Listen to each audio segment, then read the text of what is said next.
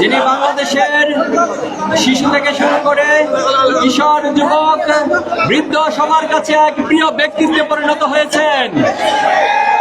তিনি নারী পুরুষ থেকে শুরু করে একজন শ্রমিক, রিক্সাওয়ালা, চা বিক্রেতা থেকে শুরু করে বাংলাদেশের প্রতিটি শ্রেণী পেশার কাছে প্রিয় ব্যক্তিত্ব এবং প্রিয় মানুষে রূপান্তরিত হয়েছেন।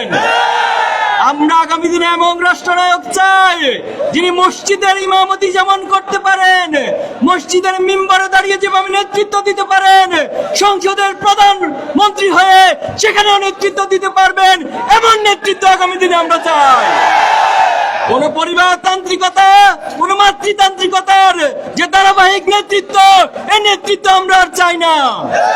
আমরা বাংলাদেশে এমন একটি রাজনীতি চাই, একজন চা বিক্রেতা, একজন শ্রমিকের সন্তান তার যোগ্যতার বলে প্রধানমন্ত্রী হওয়ার সামর্থ্য থাকবে, এমন বাংলাদেশ আমরা গড়ে তুলতে চাই।